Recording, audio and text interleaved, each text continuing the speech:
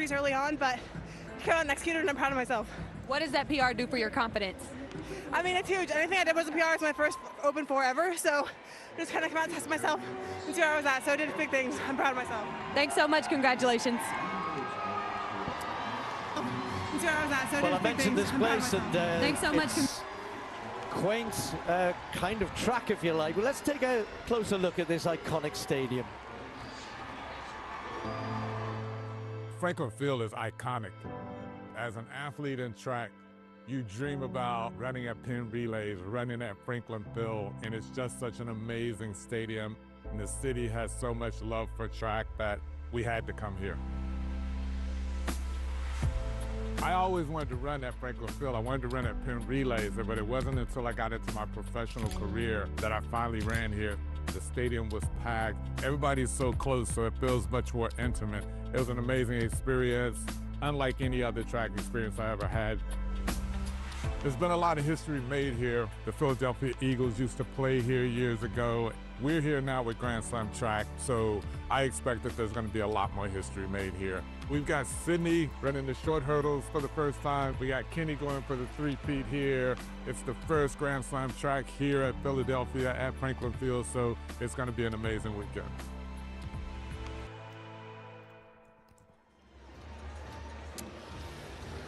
Nikki Hiltz out for second race in the short distance, 800 meters.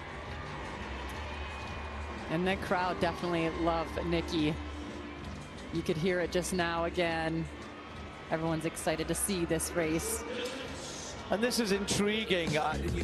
You've got to say, well, Teji will start as a favorite because of how good she looked yesterday. Won the 1500 and is such a good 800 meter runner as well. Yep. Or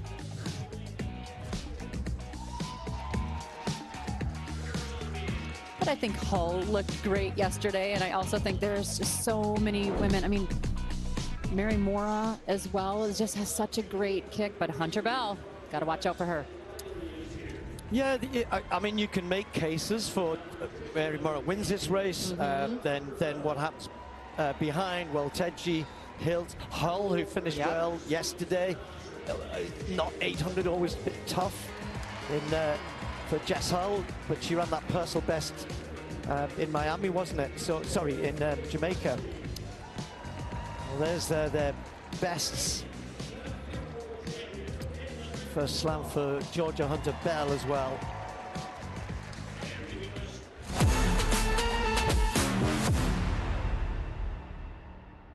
Previously on Grandslam track, women's short distance. This is the Jess Hull we saw all through 2024. Not frightened to be at the front, but she hasn't got rid of Welteji. They're heading for a very quick time here. Welteji moves out. She just finds out half a yard, and Welteji's going to take the win again.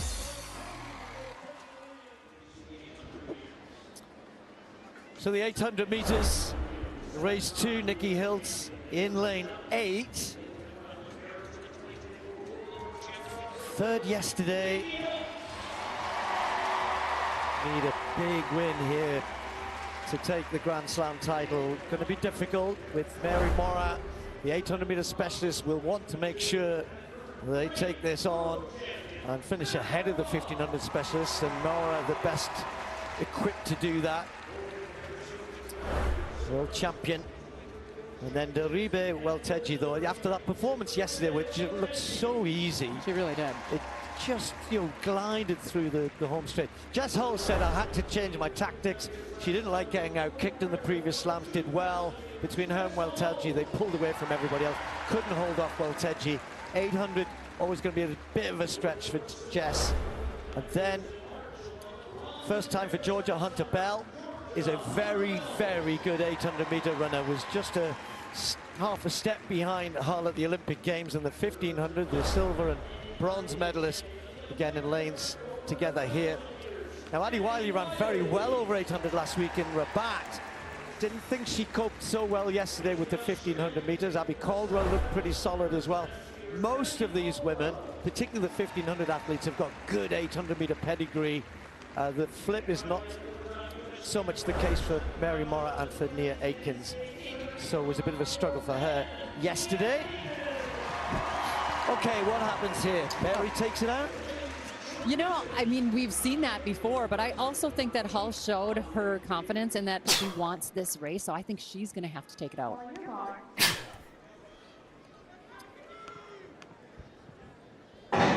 So a bit of an unusual break in the 800 meters. Normally we run one bend, as we will do here, and then there's a green line, and at that point they all break for the inside. Well, the thing is, lanes 1, 2, and 3 have to break for lane 4, because that's where the race is run in terms of the full distance.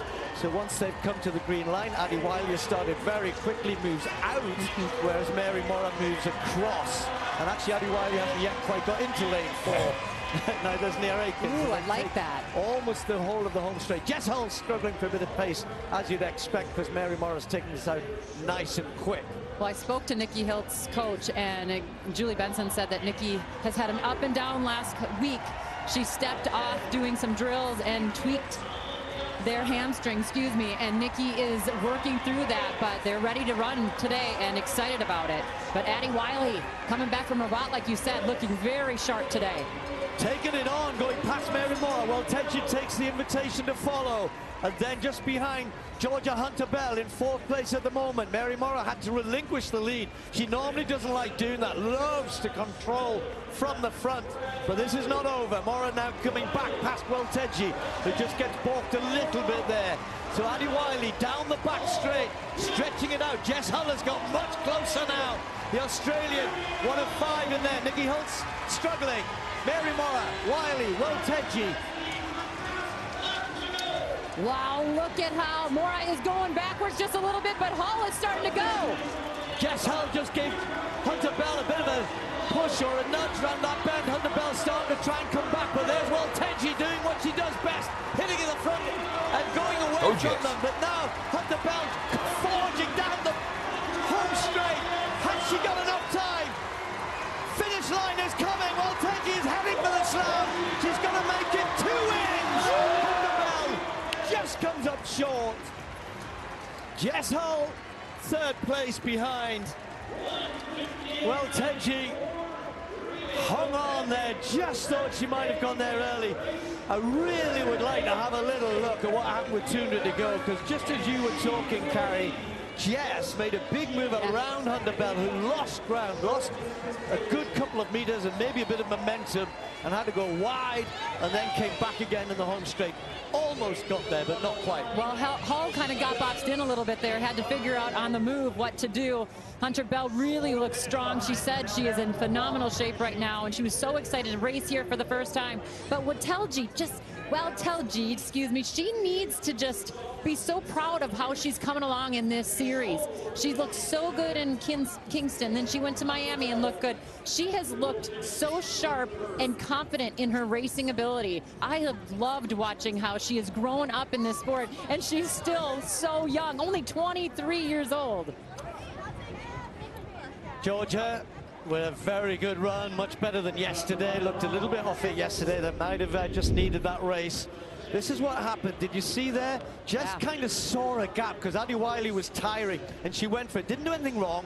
It just, I think Hunter-Bell probably almost would have regretted letting that happen, because then she had to go wide around Addie Wiley, and then when she's attacking from here, she's just lost that 2 meters, hasn't she? Yeah, well, Welteji looks so good, but I want to say Hull has to be proud of her racing, the way that she snuck through there, got 3rd again. But Hunter-Bell, this is her first meet outdoors this year, and she's looked so good. She said she is so excited for every single experience. She actually said, I put my hand up for anyone that wants me to race in her race right now, because they actually went away from the sport, retired from the sport, and came back in and is just running phenomenally. So what a fun race today. Yeah, her story is a great one of came back to the sport and has had an incredible 18 months or so, including that Olympic bronze medal. Same training group as Olympic 800 meter Keely Hodgkinson, and Welteji did contest this event at the World Championships back in 22 and has moved with great success up to the 1500, but is still very good at the 2-lapper. 12 points for Welteji. Hunter-Bell 8. Hull with another big performance, 2nd and 3rd. That will put her 2nd overall in this Philadelphia Slam. But Welteji takes maximum points. And the way in which he did it, you know, this is a real field. Yeah. Really tough. In this slam, beating the world's best. 2 Olympics behind her. So 1:58.94 the winning time. 24 points. Hull, as I mentioned, taking second, just 1 point ahead of Hunter Bell. Nikki Hiltz, as was mentioned there by Carrie, maybe a little bit of an injury.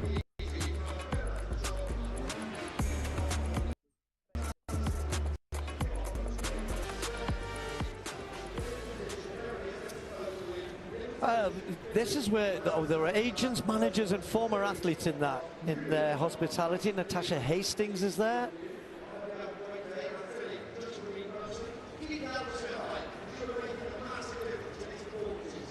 Just all enjoying. Just on the first bend, there's a section for all of the guests. You've got a great view of everything that's going on. The crowd has been phenomenal here at the place where, well, they know they get big crowds. They know their track and field. Ah, so fun. That's great to see, isn't it? It's great. Yeah, that's pretty cool. I'd be terrible, honestly. I'd have so much fun with the phones. Oh, thanks for your phone, and run off. Forget you have it in your hand. Okay, we're going to move on now to the short hurdles. Cordell Tinch, fastest man in the world over the hurdles. He's not so quick on the flat, though. So that could well be something to watch out for here. Sadly, Daniel Roberts is a non-starter, so he'll not be competing. So Jamal Britt surprised everybody. I don't mind surprised everybody yesterday, but sneaked up there. He was in lane 2, wasn't he? Away from where we thought the action was. Trey Cunningham, who was a slam champion in Miami, could only finish 3rd then. And Britt is pretty quick. He is. I'm wondering how that loss yesterday is going to interfere with Trey Cunningham's confidence. Because like I said, he was very confident coming in as far as his overall shape. But we'll see, man. I think that Jamal Britt is expected to win the slam. I don't know if I'm ready to throw him in the hat as far as a real 110-meter hurdler contender. We're going to have to see a bit more. But to win a slam would be good. And like I said, Trey Cunningham has been looking like he's in good shape. I expect him to win this 100 meters. Had a really good 100 in Miami.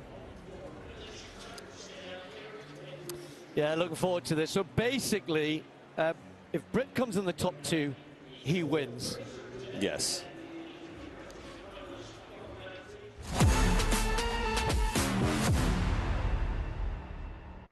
Previously on Grand Slam track, men's short hurdles. Roberts gets out very smartly indeed. It's Roberts who's leading it. Szymanski's very much in it as well. Britt over on the far side. Cordell Tinch and Cunningham just coming away. Britt's right in the mix as well. It could be Britt. Very close indeed. Wow. Britt got that in the end. Wow. So let's go through lane by lane. This is Lorenzo Simonelli from Italy. He's not a bad sprinter, actually, when you take the hurdles out of the way. 10:25. Normally kind of runs in the 10:4 range, but definitely capable. Got a bit of a breeze behind the athletes here, so the times could be quick. We'll have to watch out for the wind reading. Tinch not as quick as the guys who are looking to take the big slam prize here. Jamal Britt in particular. He was pretty close to Trey Cunningham in Miami anyway. And this time after the win and Cunningham coming 3rd, he knows just top 2 probably good enough. No Roberts in 4th, sadly. Freddie Crittenden was 6th yesterday. And again on the flat, not as sharp as some of the other guys, including Cunningham in particular. That 10.17.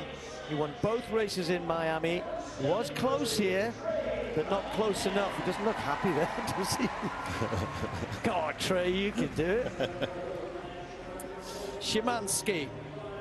It says here his personal best for 100 meters is 11.24. Doubters. You had a good laugh about that. Eric Edwards Jr. on the outside. So we're going to be really watching here lanes 3 and 6. That's where we think, is this going to be won or lost? Well, you know what? I think it's time for Cordell Tinch to bring this 100-meter time down, man. You think? 10:65, I mean, it's time, Cordell. I think it's time. But Trey Cunningham would need Jamal Britt to come in third place, which is a tall ask. I don't expect that to happen. Yeah, and if that happened, then they would also it would come down to times. There's Yes. 0.1 exactly between them in the hurdles. So Cunningham, all he can do is try and win this, make sure he wins it. For Britt, who's a good starter normally. He's in lane 3, that empty lane next to him on his right. Tinch is in 2.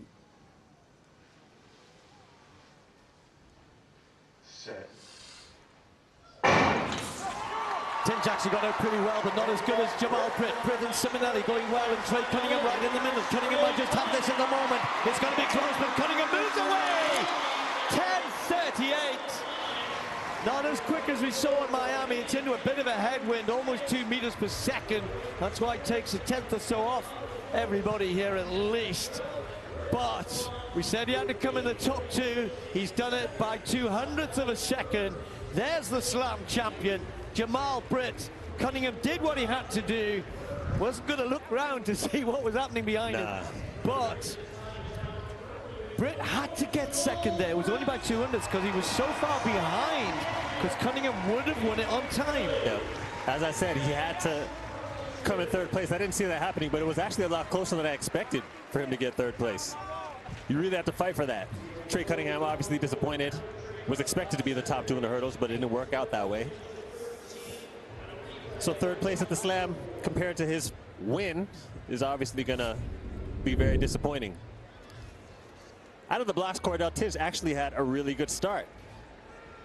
Jamal Britt holding well. Simonelli actually got out the best out of all of the sprinters, but in the middle of the race, Trey Cunningham clearly just has better speed than everyone else. His top speed is in a really good place. Holding his drive phase, a lot of aggression through that transition. Jamal Britt would have noticed very early in his peripheral vision that Trey Cunningham was running away with this race, and from that standpoint, you just got to make sure you secure second place. Once that guy on the right is gone, you just got to focus on staying ahead of the guys on the left.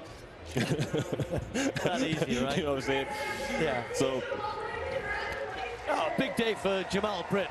$100,000 first prize for him by 200ths of a second. It wasn't much in it. That's what he beat Simonelli by. Had he not, then the money would have gone to Cunningham, or the big money would have gone to Cunningham. Cunningham's going to be second in the Slam overall. Simonelli, I said, was a pretty good sprinter. Wind against him. It's really odd because the flags where we're sitting look as though it's with them. it did look like that. And that's a brisk headwind. Yeah, it is. Someone's stirring the wind down there. Britt, 20 points, takes the win from Cunningham. Tinch hangs on to third place overall. Simonelli moves himself up to 4th. Well done to him. Sadly, as we said, Dan Roberts did not compete there.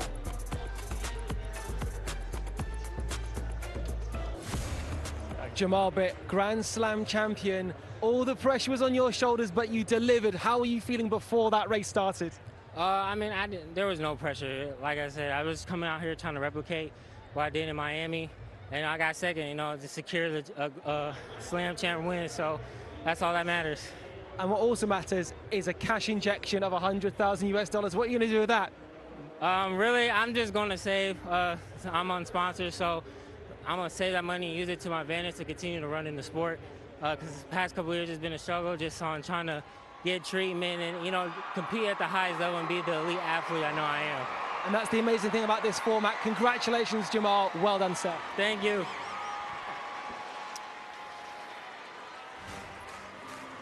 My name is Akira Nugent, and I'm known to running the 100-meter hurdles. In grade 3, my primary school coach was just like, I think you should be a part of the track team. I was just like, no, I don't want to get sweaty. I didn't really take track seriously because it's just like, is this something that I really do want to do? And it was just like other people saw potential in me, but I didn't see the potential in myself. When I got to grade 10, wait. Well, I'm talking about Brandon Robinson. He died 8 years ago. He was more than a friend to me. He was basically like family. He looked at me and he was just like, There's nobody here that can make it as far as you can. You're capable of doing amazing things. Like, I do want you to take track seriously. After he died, I made a promise. So me running track right now is basically all because of him, to be honest. Nugent right through the middle. It's going to be Akira Nugent. How far ahead? She wins it. Track for me is fun because before you start getting paid, you just like running. People normally say when money get involved, people change. So I guess people change. But me, I'm gonna just be me and line up at the line.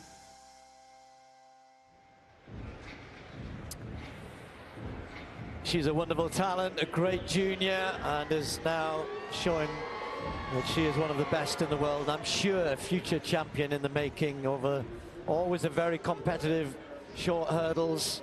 This time no hurdles in the way though. She's pretty swift on the flat as well. In a great position to win the slam here. All the question marks though, what can Sydney do? Well, I think with Akira Nugent has well, we can talk about Sydney first. Sydney obviously is coming in here to show what she could do. I said earlier in the show that Sydney is probably going to put something down on the clock.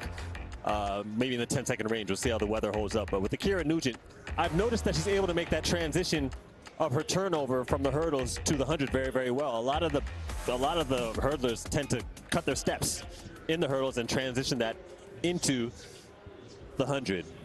She doesn't.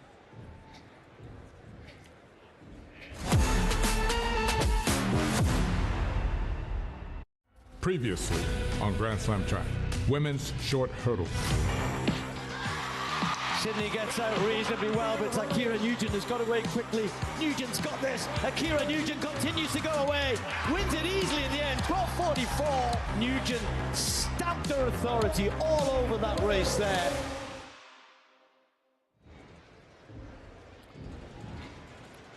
Everybody eagerly awaiting the 100 meters in the women's short hurdles. Tania Marshall, who finished 4th over the barriers, goes in lane 1. 11:55, still her best. And you'll be expecting, well, it's going to be a competitive 100. We're not quite sure about the wind yet. Tataji Kambunji recently winning a silver of the world indoors over the hurdles, is very quick normally, but actually doesn't have a good 100-meter time. Megan Tapper, another fast starter, ran a new personal best in Miami a couple of weeks ago. Has a chance of doing well here, was 3rd over the hurdles, 2 places ahead of Sydney McLaughlin-Levrone, who gets a brilliant reception from the crowd here.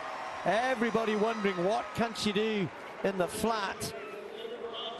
Don't think she's raced it properly since 2018. Long time ago. Akira Nugent in the box seat. 23-year-old. 11:09 in Miami. Tia Jones, who goes so well over the hurdles and then not able to back it up in the 100 flat in the Grand Slam. She was 2nd yesterday behind Nugent. Then we've got Danielle Williams. I thought it was a disappointing performance from the former world champion, because she's been running so well and is quite sharp in the 100, but 7th yesterday. That's a lot to change around. Christina Clemens in lane 8.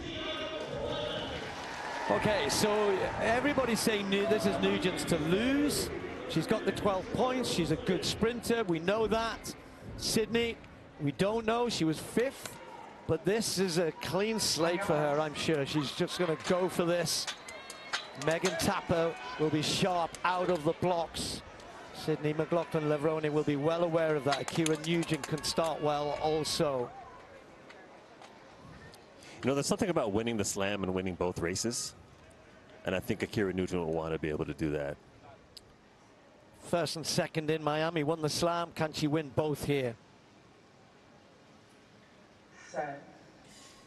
Tapper does get out well, but so does Sydney McLaughlin-Levrone. And if anything, she's just in the lead at the moment. But there goes Akira Nugent. Starts to pull away from Sydney. It's going to be Akira Nugent slam! 11:12. Yeah, she can run, man. That is quick. We saw that the men had a slight headwind. This was almost a flat wind in this one. So the 11-11 it's been taken down to. And hey, Sydney did well. 11-21. And then Kambunji coming through with a new personal best for third. Just for 30, 40 meters. Yeah. You thought, is she going to hold her? But away she went. Akira Nugent can run, man. She, the way she broke away from the field in the middle of the race was very, very impressive. Like I said, she's able to open her stride up in the 100 like most short hurdlers can't. And 11-12 in this weather is actually very, very good. Possibly close to a 10-second race in really good conditions and a favorable win. She had no win in that race. Sydney, I'm sure, is happy with that race coming in second place. But out of the blocks, Akira Nugent does hold a very good position out of the blocks. And what I like about her is once she transitions out of her dry face, she locks into a really good position, running-wise. Her legs come up under her very, very well, and she's able to maintain form through the latter part of the race. Sydney actually had a solid run, pulled away from the rest of the field as well. Probably popped up a lot earlier than she should have. That's a common mistake for most people who don't run the 100 much. You could see Nugent actually hold her dry phase a little bit longer, and it actually helped her come out of it and move into her top speed a lot better than Sydney. So big technical difference. Akira Nugent getting a liking for this 100, I think. Well, you know, she's on top of her game, isn't she? She is. It's so unfortunate the Olympics last year, and I said she won a medal at the World Indoors behind Tanji and Devon Charles. But I think outdoors, it's, you know, this could be her year. This could be her year. In one of the world's toughest events, women's 100 hurdles, you know, you could line up 8 people and 8 different winners over 8 races. Exactly. But she's won here, won both races. She's the slam champion. Gets the full max 24 points. Sydney's, well, she's done quite well, really. We knew she was going to drop out of the Racer of the Year contention because she's dropped down into the short hurdles, but still comes away with 12 points, taking second place overall. Still in the mix. Akira, back-to-back slam wins. Back-to-back 100 wins, 11:07, 11:12 here. What does that 100 tell you about what's come in the hurdles? Oh, Jesus, I don't even want to know, but I'm really excited as the season continue to progress, because I know I'm going to eventually get faster, and we're just going to use what I have in my flat speed, and then we're going to put it over the hurdles. One of the fans shouted you out as their favorite athlete. Talk about the environment here in Philly. The environment is really good, you know, having pen relays here. In Philadelphia, you know, there's a lot of Jamaicans here, so I feel like they all came out to support everybody. Thank you, and good luck rest of the season.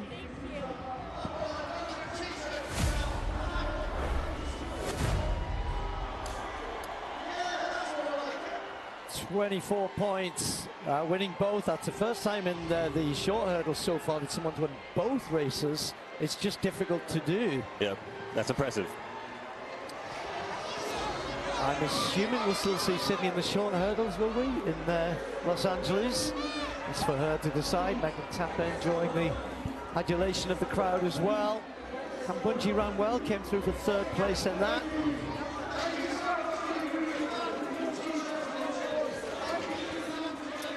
Great to see so many youngsters here, and what a great view they've got.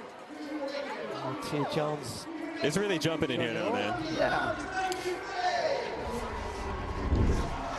All right, next up we move to the distances. Now we've got some news we were hoping not to hear. Grant Fisher has felt something in warm-up, we're told, and has sadly had to withdraw. Our Grand Slam champion. And don't forget that in the long distance now just one race. You're looking at Quemoy there, who'll now be really fancying his chances over 3,000 meters. So we're down to just 7 men. No time to replace Grant Fisher. He would have been the favorite again. Carrie, that's news we didn't want to hear. No, we don't like to hear that, but obviously this is a long year. The World Championships are not until the fall, so we want to make sure that he's healthy, and obviously that's what everyone wants, is to get them to the international stage. And Michael Johnson says this is what this is all about too, is giving them experience to be better than they ever have, and he's a 2-time bronze medalist, so we hope that everything's okay. Yeah, and he's had an incredibly busy world records, you know, indoor. You got to look after your body. Anyway, Ronald Quemoy, former 1,500 meter man, great 1,500 meter runner. I always think 3,000 almost perfect distance for him. The Irishman Andrew Koskinen ran brilliantly in Miami. Yeah.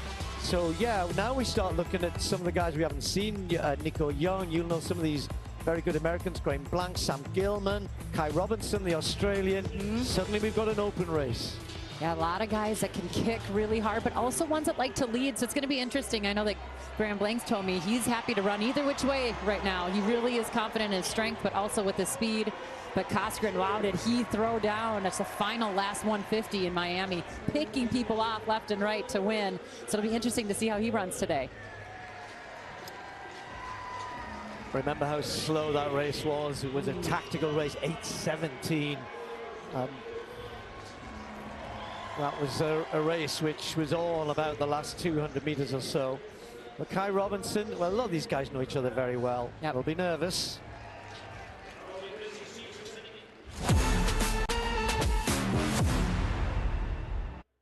Previously on Grand Slam track, men's long distance.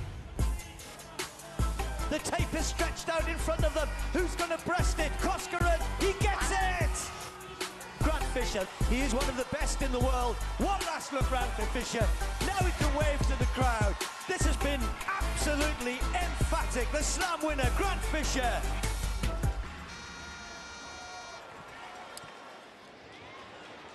Seven men then line up for the 3,000 meters. We'll start on the outside. They're lining up different to what we've got on that caption, but that's Nico Young, only 22 by nature and all the rest of it, but yes, young by. And what a talent he is. We'll talk more about them once they get going. Edwin Kurgat is next to him.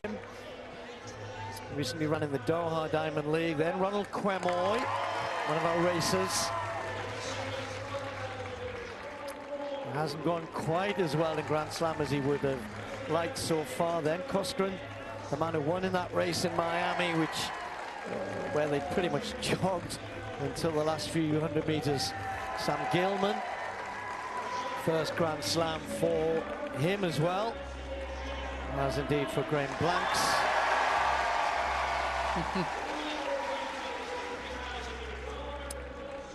And then Kai Robinson on the inside. All right, there's the introductions over. Get to know each other, guys. Well, let's get this going. And 7.5 laps of the track in lane 4. Does it work?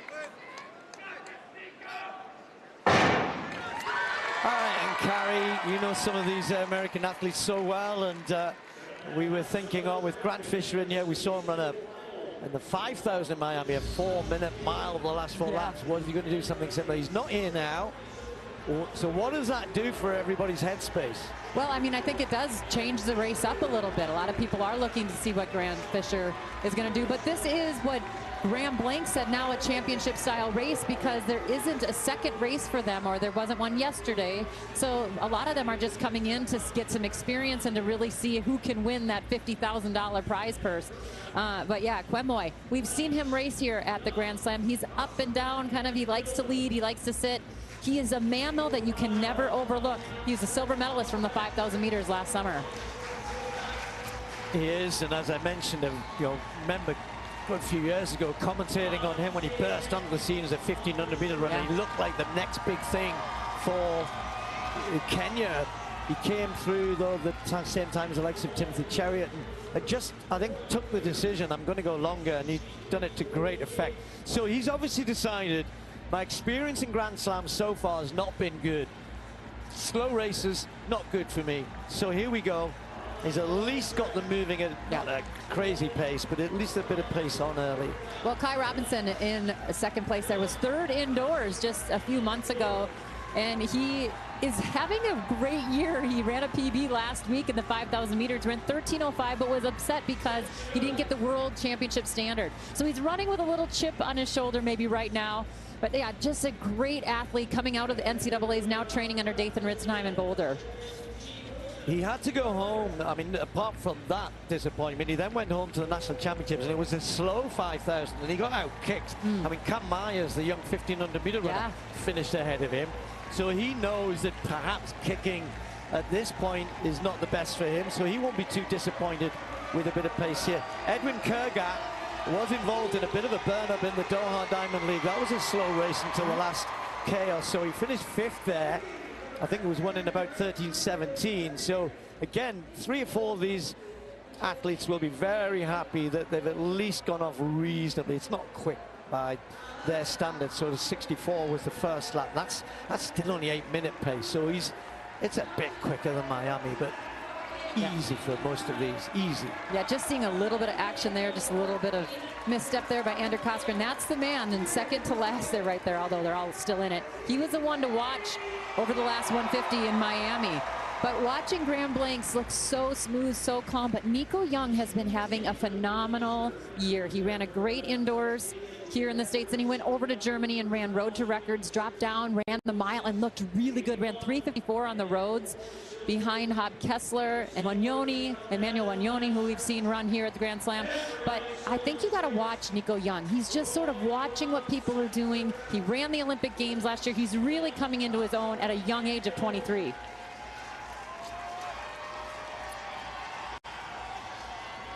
Sam Gilman towards the back. He's a good 1500-meter runner. You know, he might be very happy with this pace at the moment. Not, again, just, you got to be patient, you know. But what I always love about distance runners, which I always find is interesting, as Koskinen just begins to move up, they all think they can kick, and they can't.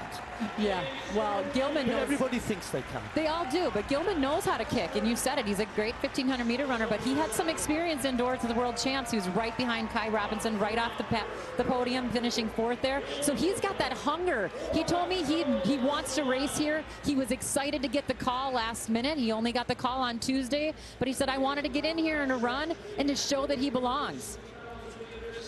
Really slow through the first 1,000 meters after it looked as though it was going to at least be a reasonable pace, but they've slowed right down. That's why they're all gathered. Everybody on the back straight here just rising to cheer them on. But this is now going to again break out into a sprint over the last couple of laps, and we saw what happened in Miami. Surely they know Koskinen's the danger there. Well, a lot of these guys are 5,000-meter specialists coming down to that 3K, but this race is so important to learn how to race, to get that long burn that is almost like the long 1,500-meter burn, to be able to then go to the 5,000 and really be able to handle a change of pace or a hard last mile. And I love that they're here racing. Andrew Koskinen, probably one of the best 1,500-meter runners in the field. He's now finding himself up even closer to the lead than he was in Miami, and he had a great race there.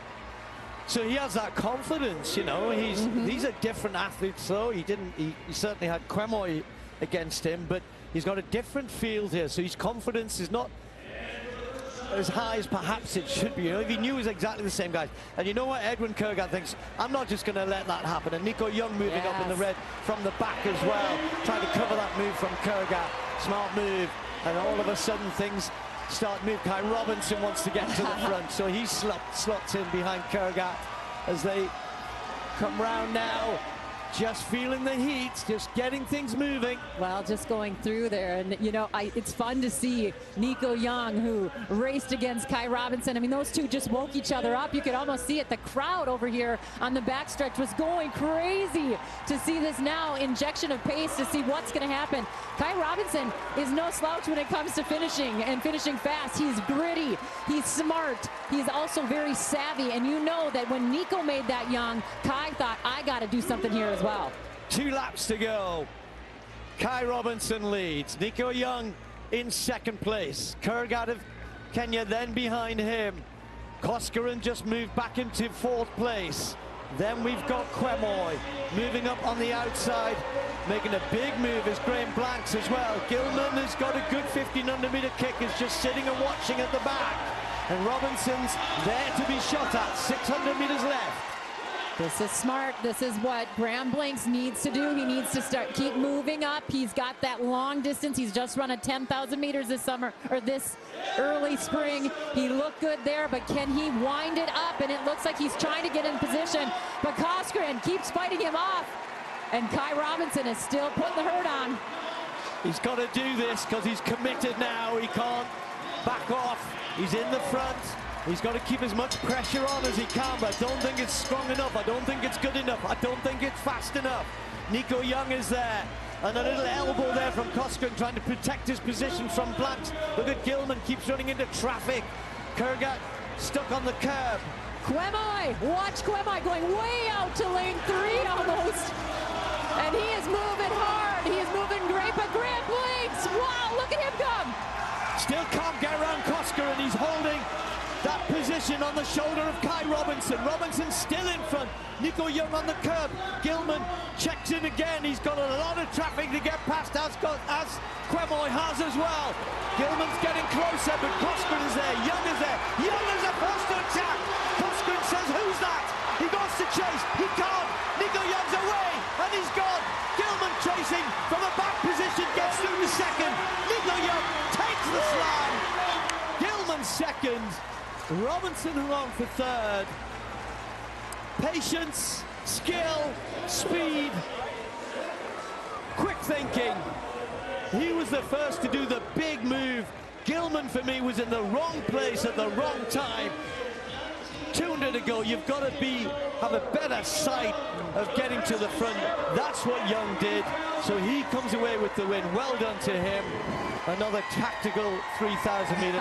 Second place to Gilman. Well, Gilman is so excited for Air Force there. He's talking about that. He does a lot for the sport. But listen, I want to just say Nico Young, he told me he feels fantastic. He looked great in Germany when I saw him race. He's pumped, he's confident. Watch how he covers moves. He covers what the energy is. Look at this powerful last 75 meters. I mean, it is just all arms, all legs. He said he's had a fantastic last 2 months of training. He is so excited to be here at Grand Slam, and I am super proud of the way that he raced. He put the surge on mid-race, held on to it, snuck back in, and look at this power. I mean, Kai Robinson really going forward as well there, but Nico Young, wow, he had a lot left in him. What I liked about that, as I said, is just staying patient. You know, you be ready to cover the moves. He knew that probably Coscoran, he knew what he's done before, but then he thought, I can't wait anymore, I've got to go now. Because he went then, Gilman was too far back. Gilman was charging down the home straight, but Young's away and he's gone. Well done to him. Well, and well done to Gilman, like you said. I mean, he's really having a whole new surge of, I guess, racing. I mean, we're just really seeing him come into his own, and he looked great as well. So just the one race in the long distance slam. 12 points and the $50,000 goes to Nico Young. Good day for him. Gilman popping up for second ahead of Kai Robinson. Coscoran this time having to settle for fourth place. Let's confirm all of that. These guys know each other so well, racing each other over longer distances. Young, though, showing that he's got the pace and the kick this time. Nico Young, your outdoor season opener, your Grand Slam track debut. You've just won the Slam. How are you feeling? I feel fantastic. I want to say thank you to Grand Slam for bringing me out here. Spectacular event. It was so fun. Not just the what, but the how. The mid-race surge, the strength at the end. You must have been so proud with how you performed. Yeah, I mean, I haven't raced in a decent amount of time now, so this was a great first race of my real outdoor season. And the nature of your event, it's one and done, 50K in the bag. Congratulations. Thank you so much. 53.7 last lap. And he really didn't even get it going, I think, until 100. Yeah, very good indeed. Very impressive. All of that, most of that was in the last 200. Yeah. Talking about 200, that's what we've got next in the long sprints, 200 meters. That was NASA. We just had a quick glimpse of, and a very, very disappointing day for her yesterday. Normally it would be a contender with Paulino for the Grand Slam title and we said this is a quirky track here in some respects at Franklin Field. She got disqualified in yesterday's race.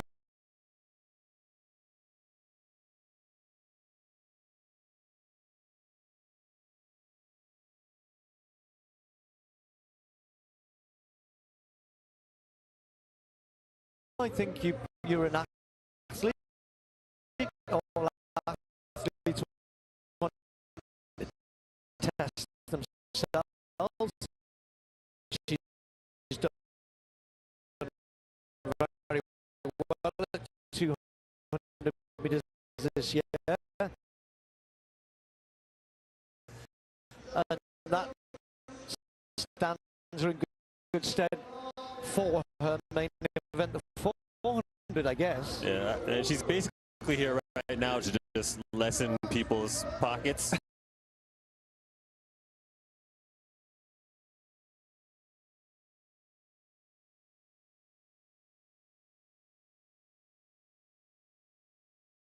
This event, you know, the 200, I mean, Jessica Gabai's a pretty good 200 meter runner, but didn't go in the flat.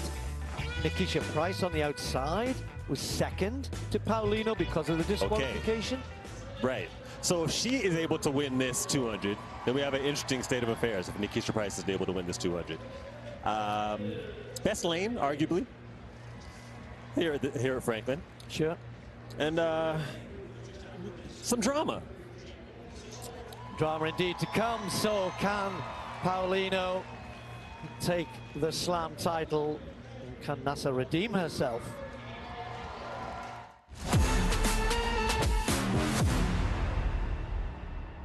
Previously on Grand Slam track, women's long sprints.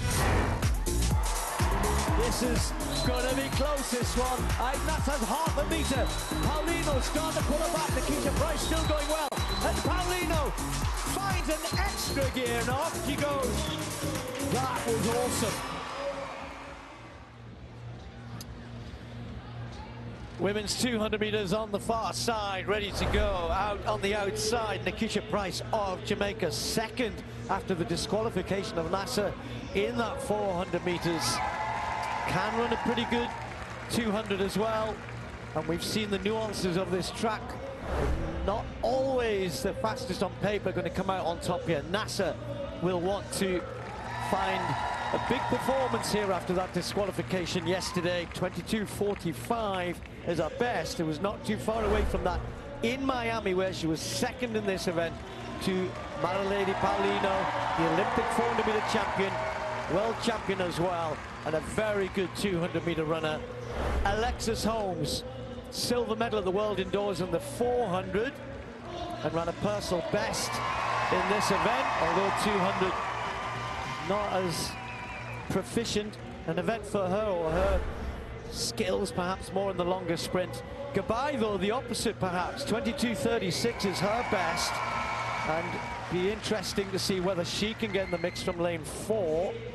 Bella Whittaker was third,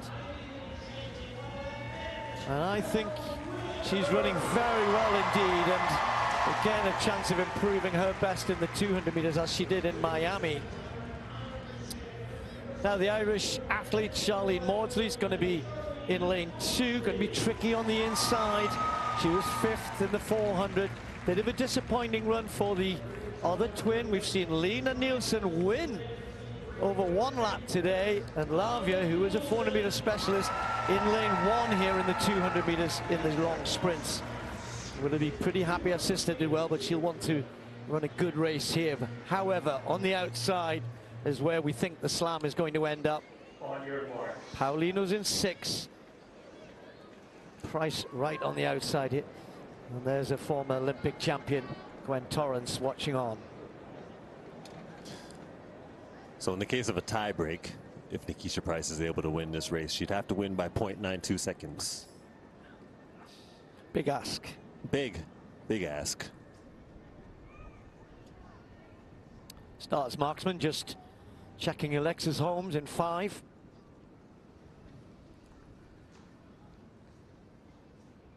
Set. Oh, Holmes almost made a false start there. She gets away with it, and then going well just inside her is Jessica Goodbye. As we'd expected, Paulino running a good bend here. It's Goodbye, Nikisha Price in this El Nasser. It's all so close, but Goodbye's just going to have to give this one away because Paulino is striding away from everybody else. She's just so quick, so strong. Paulino takes the win again, 22-47. Wins the 400, wins the 200, slam champion, Paulino again.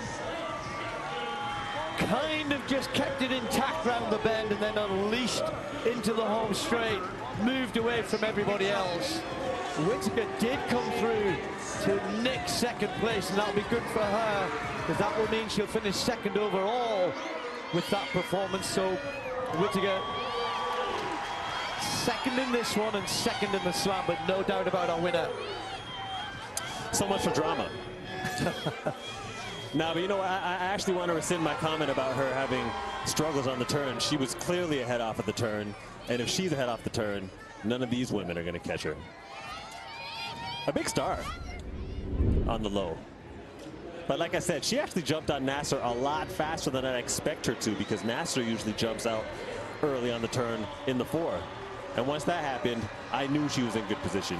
Got on the straightaway first place, used that sling to really propel her further into the lead. Long legs, eating up track, putting feet on the rest of these ladies. Yeah, Whittaker finished really well. I mean, she was, just looking here, she was about 5th or 6th perhaps at 150. Certainly 5th. Came through well for second, but no doubt about the win.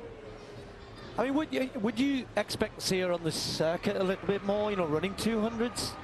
Paulino? Yeah. No. No? No, I wouldn't. But I do think that this is good training for her in her main event. But as far as having the capabilities of running with people who really run this event, she would have a lot of trouble. Okay, 12 points, no trouble No disrespect. Here. No, absolutely no disrespect not. at all. Another level. Yeah. 12 points for Paulino. Whittaker coming through nicely there for strong second place. Will move her up the overall rankings into second. No doubt about her winner. Maximum points for Paulino, going really well for her. Whittaker then 14, nicks ahead of Nikisha Price. And sadly for Nasser, best she could do was 7th in this slam.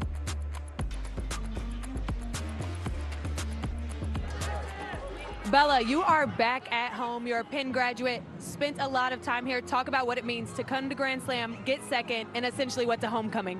Yeah, no, it's a great homecoming, and I'm really grateful to be here. And you know, it's kind of fun to come back as sort of an older, wiser version of myself. You know, I was a little freshman when I first stepped on Franklin Field, so it's nice to kind of have that full circle moment. Congratulations and good job.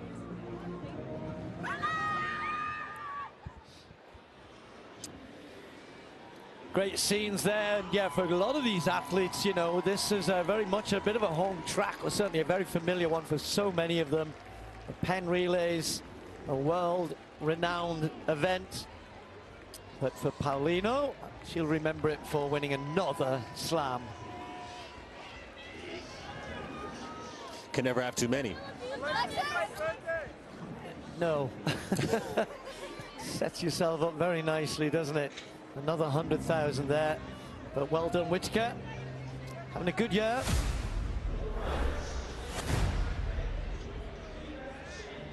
Well, it's going to be the turn of the men next, the same event. May well be, while that one was a little bit straightforward, you might get some drama in this one. Anson? Absolutely. Matthew Hudson-Smith has proven that if the 400 is on the first day, like it was in Kingston, he was able to come out with the slam. It's a huge difference when you run a 400 and how your body feels the following day. And a lot of these men aren't going to handle it as well as some of the more anaerobic runners. And this plays more into Matthew Hudson-Smith's favor. He has the outside lane, and I'm sure he's feeling much more fresher. Much more fresh? Much more fresher? Much more fresh. I'll go with either. I don't mind. All right, good, good. Then the majority of these gentlemen. Yeah, Jareem Richards just looked a little bit out of sorts in that 400. Didn't look comfortable. He no. didn't, no. And coming into today after a 400, he does have a huge PR in comparison with the majority of these men, aside from Ogando. But I don't think he's going to have the pop because of the 400 yesterday. Well, he and Ogando had a great race, didn't they? 2,000ths of a second separated them in Miami. Ogando's going to be lane 4 here. Had a tough lane draw on the 400 meters. So McRae's going to be on the inside, having come second rather surprisingly. Caleb McRae there. He came through, I think, in lane 2 and finished second in the 400. But let's just, he's not so good at the 200, so let's assume some things here. If Richards gets back to what we expect and does win, Matt needs to be in the top 3 then. He has to be at least second. Yeah. Well, if his top 3 would end into times, if he comes third. Okay. And the fact that it's about 0.54 because Richards fell away so much in that. So but at 200, that's a lot. It is.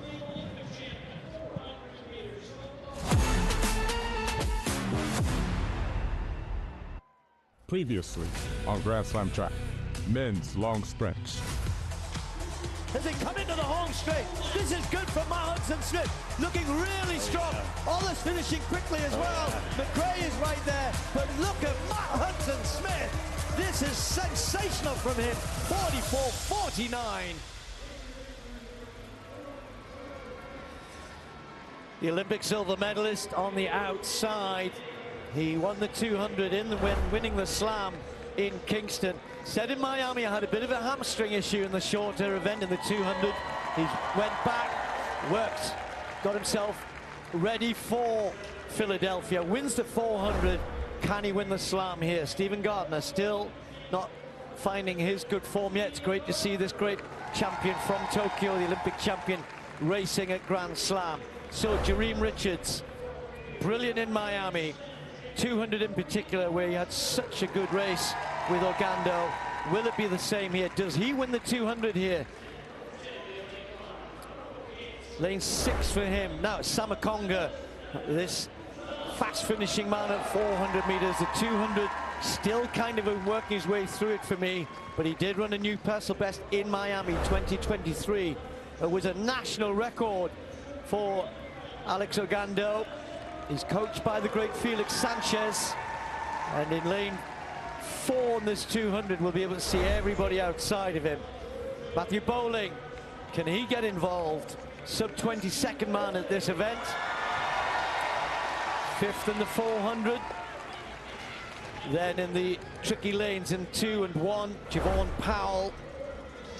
A little disappointing performance for him yesterday, but he's not a bad 200 man. 2021 last year. And then Caleb McRae, who in lane 2, as others were faltering in the home straight, stayed strong and got a big 8 points in second place. So let's just remind ourselves, Hudson-Smith comes top 2, he pretty much wins, you think. Gardner is not involved, so then we look to Jareem Richards in lane 6. He will hope that he manages to take this one, and will Ogando get in there and mess things up? Will Hudson-Smith be better at the 200 than we saw in Miami when he was carrying a little bit of a niggle, he said? Well, Ogando had an absolutely nasty turn in Miami, and this is a turn-friendly track. He has a real shot at this 200. Hudson-Smith in 8, Richards in 6. Set. Pretty good start from Hudson-Smith, although Gardner got out sharply as well, so did Richards. And Ogando's going well in lane 4. He may well just take the lead into the home straight, but it's going to be tight. Richards right there with him. It's Ogando and Richards pulling away. Hudson-Smith with a lot of work to do. But look at Ogando go! He's gone! Ogando wins it! 20.14. Richards second, Gardner third. Matt Hudson-Smith waves goodbye to the slam. Ogando 20.13, takes the win in the 200, but it'll be Richards who takes the big prize. Gardner, that was a good run from him to pop up. Hudson-Smith just never got going around that bend, and the others were away and gone. But Ogando, for me, we said Richards hasn't been looking quite as good as he did in Miami. But that is a big performance. Now it's looking on here as Matt Hudson-Smith. Wait, what? That can't be right. Well, it would be worse for him to find out that he actually doesn't have the 100K. Have I got that wrong then? Can't do my maths. 8 points. 6 points and 8 points, 14 points. Yeah, he gets 4 points. It was enough. It was enough. Because Richards didn't win that. We said he had to win. Right. I thought coming second was going to be enough because Smith looked so far back. But you know what? He's just done enough there. Just done enough. I don't think he would have thought that the way that was panning out. No. But you know what? I like the fact that winning in an event gives you a slight advantage. It gives you a bit of a cushion. And like I said, Ogando on the turn in Miami was just, it was crazy how far he got out. So I expected him to get out. I honestly think that he might have backed off a bit in Miami coming to the line because he thought he was going to win. He was so far ahead. He made sure to maintain his form and his push all the way to the line here. Wasn't playing around and held on for the victory. So the Brits love 5th place. You know, remember Josh Kerr was 5th in the 800 and won the slam. Yep. Hudson-Smith, 5th place, good enough, 4 points. That 12 points you get for the win is big. Got to get those, man. Yeah.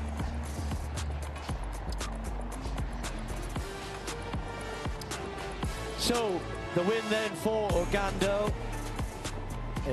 Hudson-Smith, though, will just by 1 point. 1 point. Get up there for the slam win.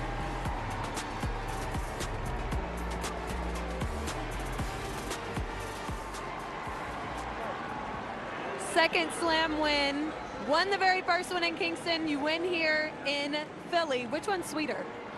The second one, because I got my get back. Last time I did the 200 in Miami, I put my hamstring. This one, my coach had told me to be safe and get round. I got round and got 100K, so I can't complain. So as you're running the 200, you have the hamstring in the back of your mind. What's going through your mind as you come up on the home stretch? Just get to the line as safely as possible. It's a long year. Running 2 high-quality races back-to-back is tough on the body, but we're dealing with it the best we can, and we just keep going. Congratulations.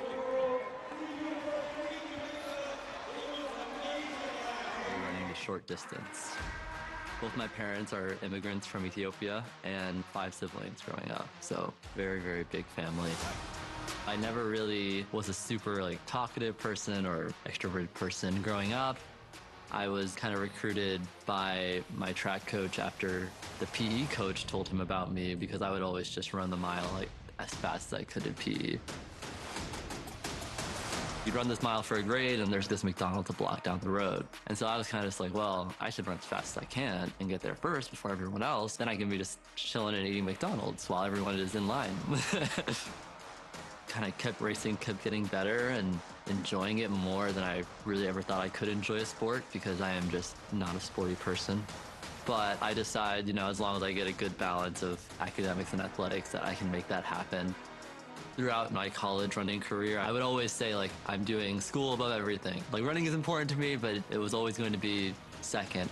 However, I was able to win the 1500 in the DMR my sophomore year of college. It kind of felt like, the first steps to something bigger. I never thought I'd go to the Olympics, much less be an athlete this good in general. It's Nagoose. This is still anybody's race. My family, my friends, my boyfriend, all just very, very supportive of just, how good I was. And, even at times, the best that people can kind of forget. I like to think that most of us do this because we take real enjoyment from the sport. There's a way to be chill and still win. I think that's something I want to prove this year. Yeah, chill and still win, and he's going to be chill today. It's his birthday today. Happy birthday, Yared. Everybody knows. Can he get himself the best birthday present? We're going to see very, very shortly. Incredibly competitive as ever, this men's short distance. Lots of different things can happen, but he set it up beautifully for himself with a 3rd place in the 800 meters yesterday. But watch out for Josh Hoey. Very good at 800 as well. He was, at 1500 as well. He was 2nd yesterday in the 800 meters. So anything could happen here. Genuinely anything could happen, because Arop is getting better at 1500 after an incredible run in the 800. This one coming up in a minute.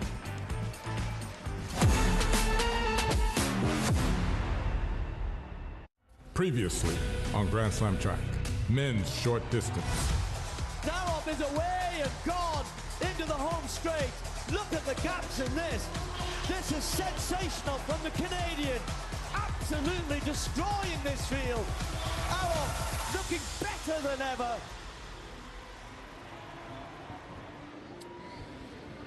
So what do we think, Carrie? This is beautifully set up. Will the birthday boy win? I mean, he is the one that always seems to take it out and go for it. I'm waiting for him to win one of these, and so today would be a really fun day for him.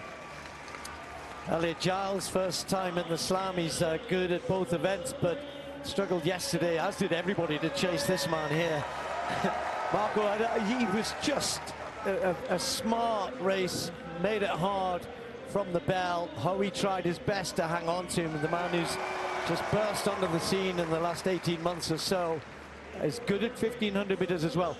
The Olympic champion, but you know he's had 5 1500 meter races since winning the Olympics, has not won one of them. Can he change that here? Really interesting man. This is Sam Chappell from the Netherlands, British father, Spanish mother, and had a great indoor season and is very good at 1500 as well. Probably not in the class of some of these guys though, including Negus. Happy birthday, Jared. Hope it's a good one. Now, can Hobbs Kessler kind of change things up here? Was fourth in the 800. And, well, he knows all these guys all know each other so well. Was at the Olympics with his two famous teammates here. And what can Josh Kerr get back to winning ways in the 1500 meters? He did it in Miami, the world champion, reigning world champion. Again was 5th in the 800, and that was enough, and we've just seen it. 5th and 12 points. You can win it. You can win the Slam after coming 5th in one event.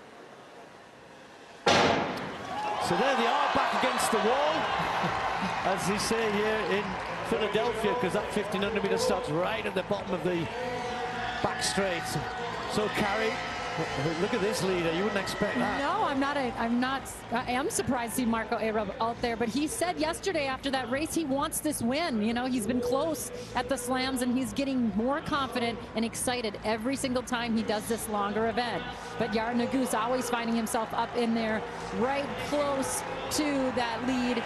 But Cole Hocker, okay, here we go. This is the guy that we know. He's probably sick of where he's been finishing, and he wants to be up front. Well, it's interesting, isn't it? I think you're right. Arop thought, you know, if I go at the front, they might not notice. I'll just run slow. Marco, they've noticed. Here goes Hocker. Nuguse follows. Hoey is there. Kessler just tucked on the inside. Then Elliott, Josh Kerr right at the back. Not interested at this point. Sam Chappell alongside him in the dark strip. Coming through. That was not a particularly fast first 400 meters, but it wasn't slow. 57-ish, something like that. And that's a decent pace. So Hocker has got different tactics here. Remember, we saw this kind of with Jess Hull in the women's 1500 meters yesterday. She thought, well, let's change this up. Yeah, let's change it up. And you know, I think that he knows that Cole Hocker knows there's guys in this race that can kick, so he has to be able to draw that out just a little bit. Nuguse can kick though, and he is a 1500 meter specialist. Here are our top 3 from the Olympic Games right here, with Kerr moving up into 3rd there. But Josh Hoey, that is the guy that I think a lot of people have question marks on, in particular in this event. He's so good over 800 meters. He was a superstar in high school. Everyone here in Philly knows him. He's had some coaching changes, I think 5 coaching changes. He's been through a lot, but I think a lot of people are wondering, what can that man do? Look at Marco Arop, though, answering every little surge, every little move. This is what he needs to do to get himself into the front and on the top of the Grand Slam. He went through 800 in 156. That was all down to Cole Hocker, the Olympic champion. Nuguse, his teammate on his shoulder. Rob, the Canadian, this is not his event, but he's looking good at the moment. Josh Kerr made the big move to get involved because he didn't want Hocker or anyone else to jump off the front, and maybe Hoey fancies it. They're coming down this time. It'll be the bell. Everybody's still in with a chance. Hobbs Kessler's just stuck on the inside a little bit. Josh Hoey decides to make it a good long run. Goes past Hocker. Yeah, and Hocker just didn't even really react to that. He didn't pull back, but he just didn't react to that. You would thought he would have looked at him just a little bit. He's starting to try to get out, but look at Nagoose right there. Looks like he's got a little bit of, I don't know, some kind of discomfort on his face. Or Marco Arop way out on the outside lane. Look at this, the Canadian, the 800-meter runner, has taken it to the 1,500 guys. Juan Yongyi did it in Kingston, the Olympic 800-meter champion. This is the man who finished second to him, and he's got the 1,500 guys trailing in his wake. Can he be strong enough? Arrow looks brilliant here. Here comes Josh Kerr. Here comes Josh Hoey. Here comes Cole Hocker. They all want to get in front of him. Hocker's got it at the moment. Josh Kerr, though, has got the momentum. Josh Kerr is going to take it again. Josh Kerr wins the 1,500 meters. Now, Arop was 5th there. He was 5th in the 800. So that means they're going to be on the same points. Kerr and Arop Watching have the got time. the same points. What was the time difference between them? It was a big gap in the 800. I don't think it was a big gap here, though. I think the Canadian's going to get it. In fact, he's been given 4th place in the finish. I thought he was 5th. The photo finish says he was 4th. So the slam champion is disappearing down the straight there with the flag. Listen, yesterday when we saw him run that 800 meters, I was wondering why did he push so hard over the last 150? Yes, he wanted to win, but he won by a lot over Hoey. And listen, that is why you need to run as hard as you can in both events, because that's why he won the slam. It's because he ran fast yesterday and he ran fast again today. Well, all sorts happening there. The big move, maybe just a little bit early, Yeah, maybe just a bit impetuous, and then he just didn't have the legs. So what's going to happen then? Well, Hocker, the Olympic champion, I haven't won a race since Paris. I'm going to win this one. No, you're not. Here comes the world champion. Josh Kerr takes it. What's happening behind? Arop, his legs are heavy, but he hangs on. I thought he'd lost 4th, but he hung on for 4th, and that means he's the slam champion. Hobbs Kessler was trying to get involved as well. He kept out of the way. I mean, Kerr's going to be happy, though, because he's twice now beaten the guys. You know, he's won the 1,500. That's the 1,500 guys wanting to make sure they come out on top. But well done, Marco Arop. It was brilliant, really good. Brilliant by Arop.